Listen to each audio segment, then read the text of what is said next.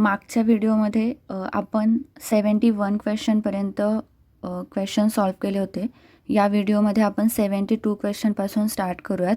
जर का तुम्ही आधीचे व्हिडिओ माझे बघितले नसतील तर ते नक्की बघून घ्या. तुम्हाला नेक्स्ट एक्झाममध्ये त्याचा नक्की फायदा होईल. आणि जर का व्हिडिओ आवडला तर व्हिडिओला लाईक करा आणि मला तुम्हाला काही शंका असतील तर नक्की कमेंट करून सांगा. आपण क्वेश्चन नंबर 72 बघूयात. भारतातील आधुनिक स्थानिक स्वराज्य संस्थांचे जनक कोणाला म्हटले जाते? A. Lord Ripon, B. Lord Canning, C. Lord Lytton की डी. Lord Hardinge. तर याचा आन्सर आहे option number A. Lord Ripon यांना आपण भारतातील आधुनिक स्थानिक स्वराज्य संस्थांचे जनक असे म्हणतो. आपल्याला पेपर 1मध्ये सुद्धा असाच गव्हर्नर जनरल्सवर एखादा क्वेश्चन येत असतो. तर लक्षात ठेवा, तिथे तुम्ही लॉर्ड कर्झन, बऱ्यापैकी आन्सर असतं लॉर्ड कर्झन. तर जर का काही येतच नसेल तर तुम्ही पेपर 1मध्ये ते आन्सर मार्क करू शकता. आत्ता याचा आन्सर आहे लॉर्ड रिपन. आपण पेपर 1सुद्धा तुम्ही कसा सॉल्व करू शकता हे सुद्धा पुढे बघणारच आहोत. तर चॅनलला असे व्हिडिओ बघण्यासाठी सबस्क्राईब करा. 73 क्वेश्चन नंबर 73 बघूयात. खालीलपैकी कोणते सार्वजनिक धोरणाचे स्वरूप आहेत? ए. सार्वजनिक धोरणे ध्येयभूमिक असतात. सार्वजनिक धोरण कोणत्याही उद्देशाशिवाय तयार केले जाते. सार्वजनिक धोरण हे खाजगी कंपनीशी संबंधित आहे. ऑप्शन्स बघूयात. फक्त ए, फक्त बी, फक्त 2, फक्त 3 किंवा फक्त 2 आणि 3. मला सांगा, सार्वजनिक धोरण हे खाजगी कंपनीशी संबंधित आहे का? नाही. सार्वजनिकमध्ये काय येतं?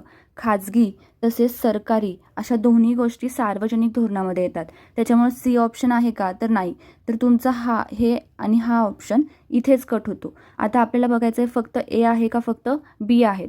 जर का आपण हे 2 विधानं वाचली, सार्वजनिक धोरणे ध्येयाभिमुख असतात किंवा सार्वजनिक धोरण कोणत्याही उद्देशाशिवाय तयार केले जाते, ठीक आहे. तर ह्याच्यात त्यांना असं सांगायचं आहे की एकतर ते ध्येयभूमिक असतील, नाही तर त्याचा काहीच उद्देश नसेल. तर सार्वजनिक धोरण आपण एखाद्या उद्देशासाठी किंवा ध्येय पूर्ण करण्यासाठीच तयार करतो की नाही. तर हे जे उद्देशाशिवाय आहे हे विधान चुकीचं ठरतं आणि हे जे विधान पहिलं आहे ते बरोबर ठरतं. याचाच अर्थ ऑप्शन नंबर ए हा या क्वेश्चनचं आन्सर आहे. क्वेश्चन नंबर 74 बघूयात. गुड गव्हर्नन्सच्या घटकांबाबत योग्य पर्याय निवडा. गुड गव्हर्नन्सच्या घटकांबाबत. तर आता तिथं त्यात काय काय विचारले? पारदर्शकता, जबाबदारी, सहभाग आणि प्रतिसाद. त्यांनी काय म्हटलं आहे? घटकांबाबत. याचा अर्थ जनरल कोणते कोणते घटक गुड गव्हर्नन्ससाठी आहेत बाबा, तर ते लिहायचेत. त्यांनी इथे असं विचारलं आहे का की बाबा वैशिष्ट्यपूर्ण किंवा मेजर किंवा प्रमुख घटक सांगा? नाही. जनरल कोणते असू शकतात? पारदर्शकता असू शकतं, जबाबदारी असू शकतं, सहभाग आहे गुड गव्हर्नन्स आणि प्रतिसाद हे सुद्धा आहे. त्याच्यामुळे याचा आन्सर आहे डी. अशा क्वेश्चन्समध्ये जास्त विचार करत बसायचं नाही. त्यांनी सरळ आपलं जनरल घटक विचारलेत तर याचा आन्सर 1, 2, 3, 4 हे 4ही घटक असणार आहे. क्वेश्चन नंबर 75 बघूयात. खालीलपैकी कोणती जोडी बरोबर जुळवलेली नाही? आपण कधी कधी फक्त बरोबर जुळवलेलीच वाचतो, नाही हे वाचायचं विसरतो. याचा अर्थ आपल्याला आता ह्याच्यात काय करायचं आहे? तर जी चुकीची जोडी आहे ती ओळखायची. एक आहे प्रधानमंत्री आवास योजना श्रीमंत लोक, प्रधानमंत्री आवास योजना शहरी गरीब लोकांसाठी, प्रधानमंत्री आवास योजना ही ग्रामीण गरीब लोकांसाठी की प्रधानमंत्री आवास योजना ही ग्रामीण आणि शहरी गरीब लोकांसाठी.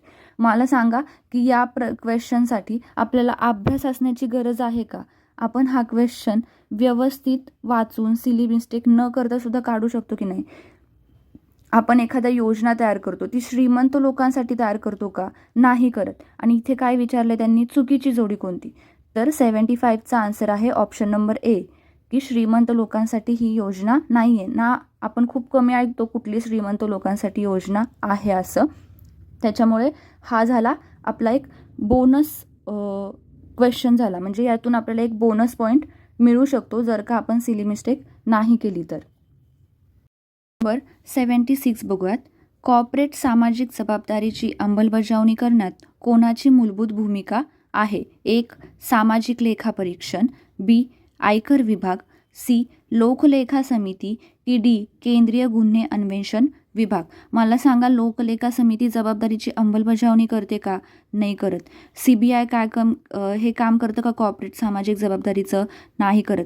आपल्याला एक्झाममध्ये सुद्धा कशामध्ये कन्फ्युजन झालं पाहिजे होतं? सोशल ऑडिट किंवा इन्कम टॅक्स म्हणजे आयकर विभाग, इन्कम टॅक्स डिपार्टमेंट, या दोघांमध्ये एक्झाममध्ये आपल्याला कन्फ्युजन होऊ शकतं.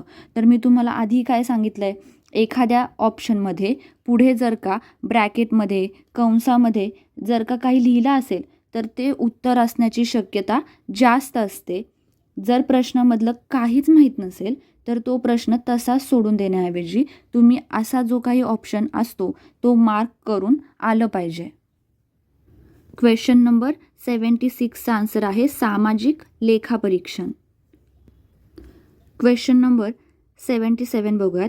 राज्याला नागरी समाजाशी जोडणारा परस्पर संवादी घटक कोणता आहे? ए. सैनिक, बी. गुरिल्ला युद्ध, सी. सर्वांकष नेतृत्व, की डी. शासन व्यवहार. सैनिक नाही, हे पण आहे माहिती आहे.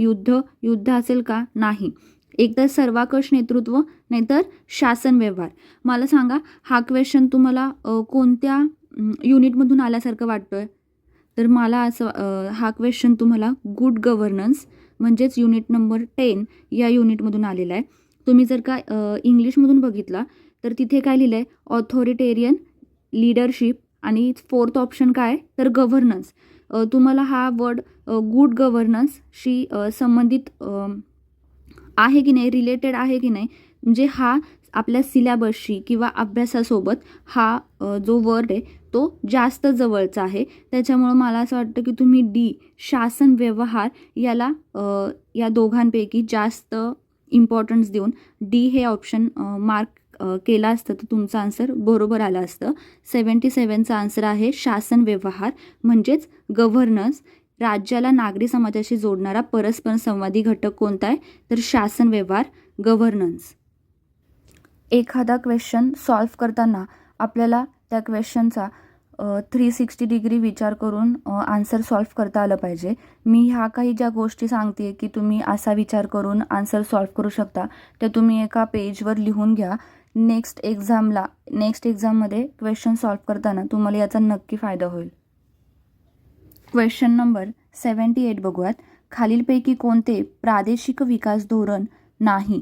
कोणतं नाही आहे हे विचारलं आहे. क्वेश्चन व्यवस्थित वाचायचा. ए. मागास प्रदेशाचा विकास, बी.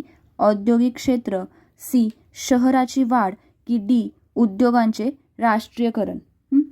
तर याच्यामध्ये मला सांगा, मागास प्रदेशाचा विकास हे काय झालं? एखाद्या प्रादेशिक विकास धोरणाचा भाग झाला मागास प्रदेश म्हटल्यावरती. दुसरं औद्योगिक क्षेत्र हे सुद्धा एक प्रादेशिकचा प्रकार आहे. सी. शहरांची वाढ, शहरंसुद्धा एक प्रादेशिक प्रकारामध्ये येतात की एखाद्या विशिष्ट प्रदेशामध्येच शहरं असतात किंवा औद्योगिक क्षेत्र असतात किंवा मागास प्रदेश हे एखाद्या विशिष्ट क्षेत्रामध्येच असतात प्रादेशिक. उद्योगांचे राष्ट्रीयकरण म्हणजे काय करायचं तर हा जो आहे ते पूर्ण देशाच्या विकासाच्या धोरणाचा घटक आपण म्हणू शकतो.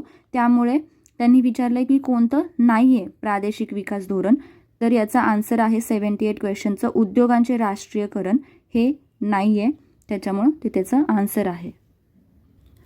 या 78 क्वेश्चनमध्ये प्रादेशिक हा तुमचा कीवर्ड होता.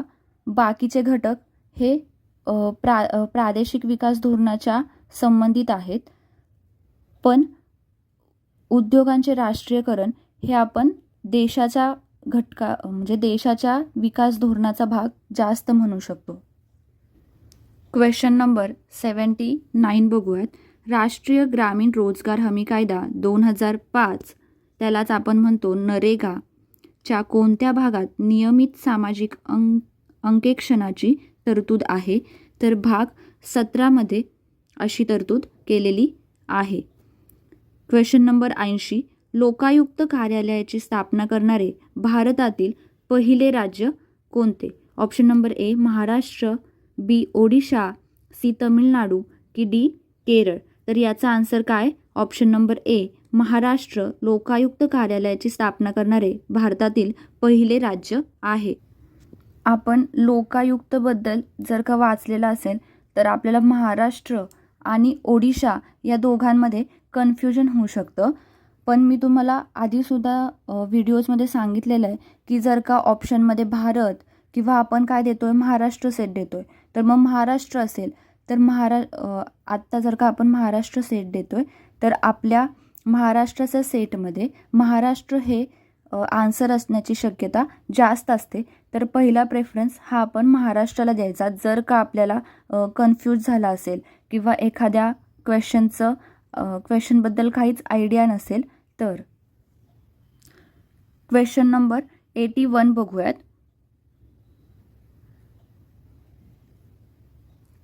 तो समाधानी मूर्ख असण्यापेक्षा असमाधानी सॉक्रेटिस असणे पसंत करेल, ही घोषणा कोणी केली होती?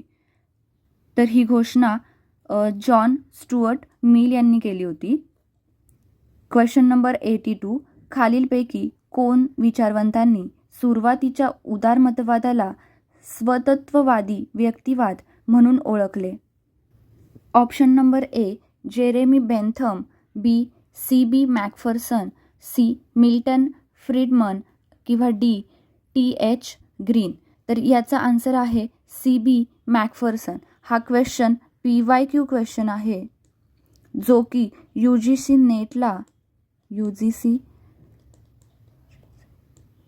नेटला ऑलरेडी येऊन गेलेला आहे. मी तुम्हाला आधी सांगितलं आहे की नेटची एक्झाम असू दे किंवा सेटची एक्झाम असू दे, आपल्याला दोन्ही एक्झामचे PYQ हे तोंडपाठ असले पाहिजे. पॉझिटिव्ह इंडिव्हिज्युअलिझम किंवा स्वतत्ववादी व्यक्तिवाद म्हणजे काय? तर ज्यामध्ये एखाद्या व्यक्तीला त्याच्या कौशल्यांचा एकमात्र मालक म्हणून कल्पित केले जाते किंवा ठरवले जाते आणि त्यांच्यासाठी समाजाचे काहीही देणे घेणे नसते, यालाच स्वतत्ववादी व्यक्तिवाद असे म्हणतात. क्वेश्चन नंबर 83 बघूयात. स्वतःवर, स्वतःच्या शरीरावर आणि मनावर व्यक्तीचे सार्वभौम असते हे विधान खालील गोष्टींशी संबंधित आहे. तर याचा आन्सर आहे जॉन स्टुअर्ट मिल हे याचं आन्सर आहे. हे कशावरून समजलं? जॉन स्टुअर्ट मिल जेव्हा इंडिव्हिज्युअल इज सोव्हरन, व्यक्तीचे सार्वभौम असं हा या विधानातील कीवर्ड आहे की हे जे कन्सेप्ट आहे, विधान आहे ते जॉन स्टुअर्ट मिल यांचं आहे. क्वेश्चन नंबर 84 बघूयात. अभिजात उदारमतवाद सर्वसामान्यपणे खालील कार्याशी संबंधित आहे? ए, J.S. मिल, बी, जेरेमी वॉल्ड्रोन, सी, जॉन लॉक की डी, जॉन रॉल्स. तर याचा आन्सर आहे J.S. मिल. इंग्लिशमध्ये त्याला असं म्हणतात क्लासिकल लिबरलिझम असं त्याला इंग्लिशमधून म्हणतात. त्याचा अर्थ असा होतो मुक्त बाजार आणि कायद्याच्या नियमांतर्गत नागरी स्वातंत्र्याचे समर्थन क्लासिकल लिबरलिझम म्हणजेच अभिजात उदारमतवाद करतात. क्वेश्चन नंबर 85, कोणाच्या शब्दात राज्याला आवश्यक आपत्ती म्हणजेच नेसेसरी इव्हिल असे संबोधले जाते? ए, थॉमस पेन, बी, जॉन लॉक की सी, जॉर्जी प्लेखॅनोव्ह की डी, विल्यम मॉरिस. याचा आन्सर आहे थॉमस पेन यांच्या शब्दात राज्याला आवश्यक आपत्ती असे संबोधले जाते. क्वेश्चन नंबर 86 बघूयात. द फेमिनाईन मिस्टिक हे पुस्तक कोणी लिहिले? ए, बेटी फ्रीडन, बी, केट मिलेट, सी, मारी क्युरी की डी, एम्मा गोल्डमन. याचा आन्सर आहे ए, बेटी फ्रीडमन यांनी हे पुस्तक लिहिलेलं आहे, the feminine mistake. Question number 87, कोणता राजकीय विचारवंत असे प्रतिपादित करतो की माणूस एक नागरिक आणि माणूस एक खाजगी व्यक्ती यांच्यात राजकीय विरोधाभास आहे? ऑप्शन आहे J.S. Mill, Karl Marx, Will Kymlicka की डी, नॅथन ग्लेझर. तर याचा आन्सर आहे B, Karl Marx. Question number 88 बघूयात.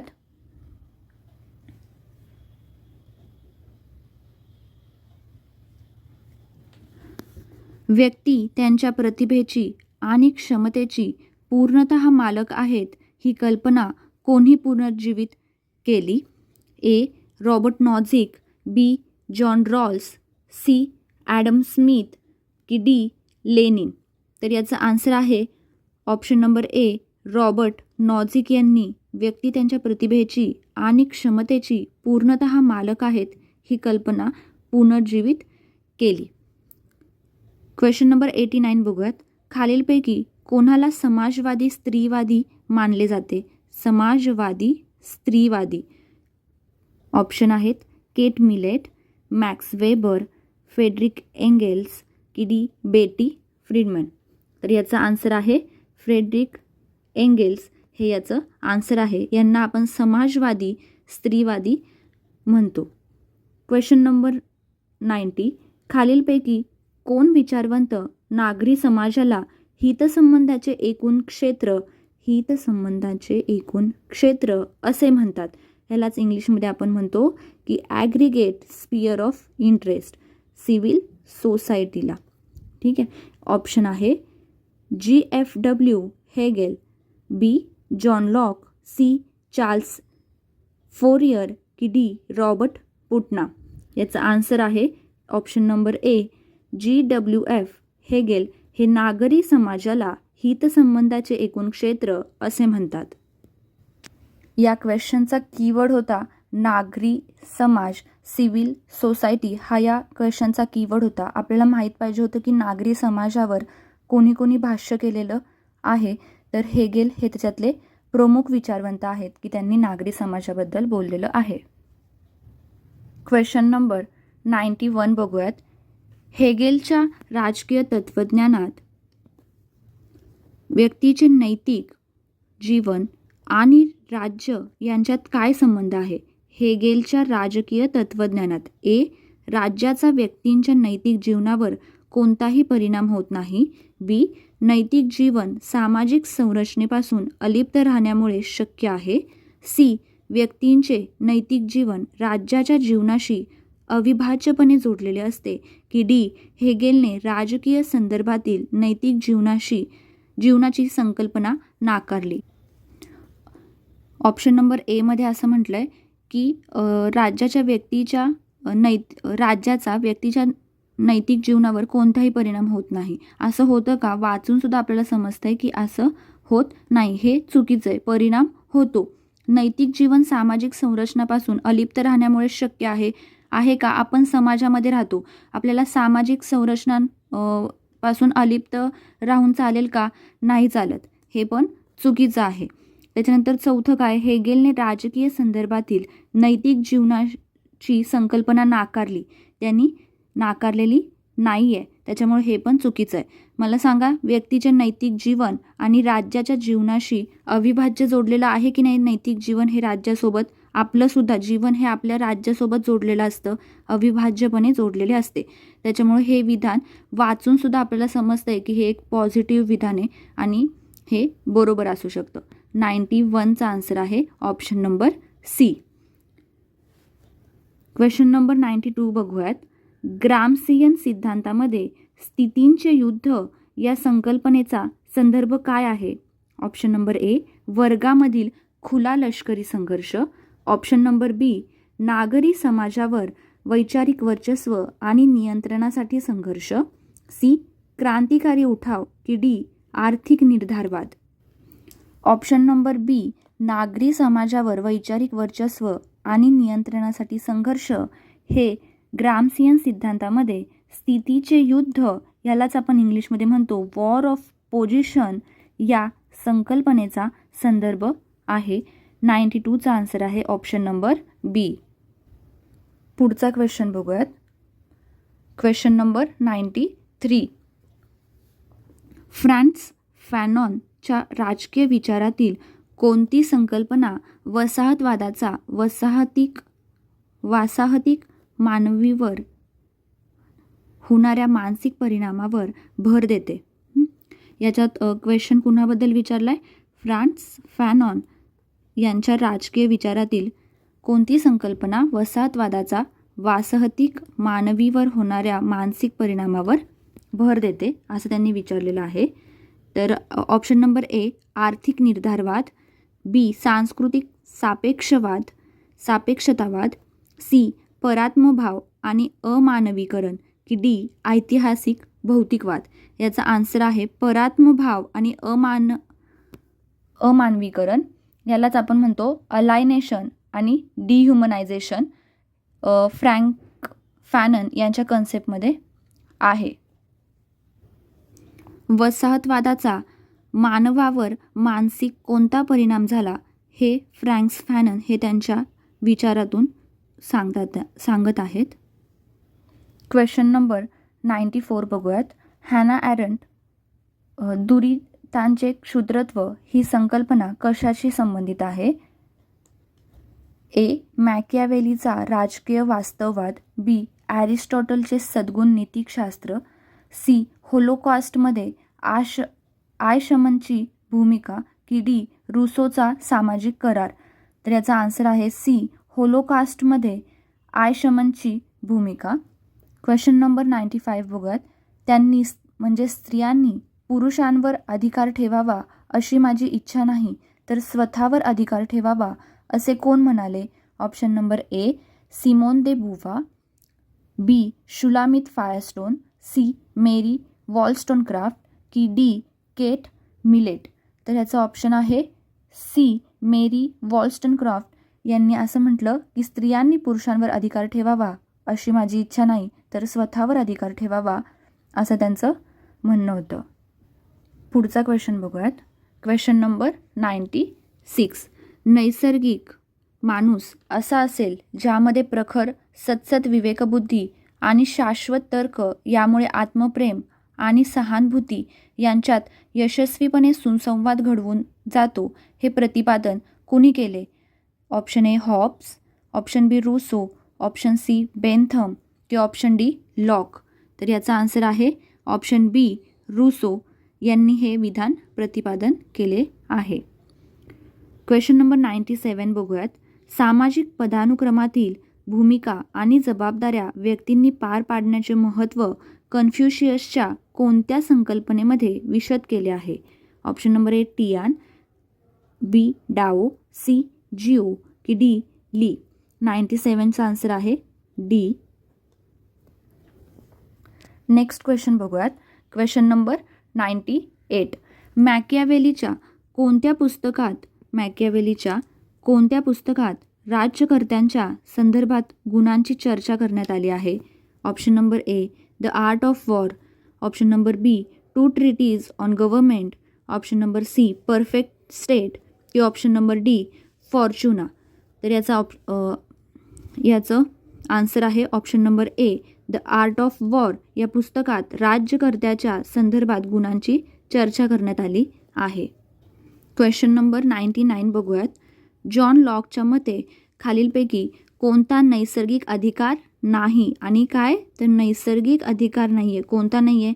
जगण्याचा आहे का, मालमत्तेचा अधिकार, स्वातंत्र्याचा अधिकार, की काम करण्याचा अधिकार? तर 99चा ऑप्शन आहे डी काम करण्याचा अधिकार. जॉन लॉक यांच्या मते तो अधिकार नैसर्गिक नाही आहे. काम करण्याचा अधिकार हा नैसर्गिक अधिकार का नाही आहे हे मी तुम्हाला जॉन लॉक जेव्हा आपण बघू त्यामध्ये समजून सांगेल. लास्ट क्वेश्चन बघूयात. Question number 100. प्रत्येक व्यक्तीमध्ये न्यायावर आधारित अभेद्यता असते की अगदी संपूर्ण समाजाचे कल्याणही त्यापेक्षा वरचढ ठरू शकत नाही, असे कोण म्हणाले? Option number A John Rawls, B Robert Nozick, की सी फेडरिक हायेक, की डी हाबरमास. तर याचा आन्सर आहे option number A John Rawls. 7 April 2024ला झालेल्या पेपरमधले आपले सगळे क्वेश्चन सॉल्व्ह करून झालेले आहेत. माझा या व्हिडिओचा हेतू एवढाच होता की जेव्हा आपल्याला एक्झाममध्ये गेलं की 2 ऑप्शन्समध्ये कन्फ्युजन होतं किंवा एखाद्या क्वेश्चनमध्ये आपल्याला काहीच समजत नसतं, तर तुम्ही कसा तो क्वेश्चनमधले काही कीवर्ड्स घेऊन किंवा ऑप्शन्समध्ये इलिमिनेशन मेथडच्या माध्यमातून किंवा ऑप्शन्स व्यवस्थित वाचून कसा आपण 360 डिग्रीनी पूर्णपणे विचार करून आपला आन्सर बरोबर आणू शकतो, असं मला तुम्हाला ह्या व्हिडिओद्वारे सांगायचं होतं. तुम्हाला जर का माझा ही सीरीज किंवा हा व्हिडिओ आवडला असेल तर तुम्ही नक्की त्याला लाईक करा आणि मला कमेंट्समध्ये कळवा. आपण असेच इथून मागच्या इयर्सचे सगळे क्वेश्चन पेपर असेच पाहणार आहोत, जे की मी माझं MS सेटचं प्रिपरेशन करताना कशा प्रत्येक क्वेश्चनला बघितलं किंवा कसे ॲप्रोच लावले हे मी तुम्हाला त्याच्यातून सांगणार आहे.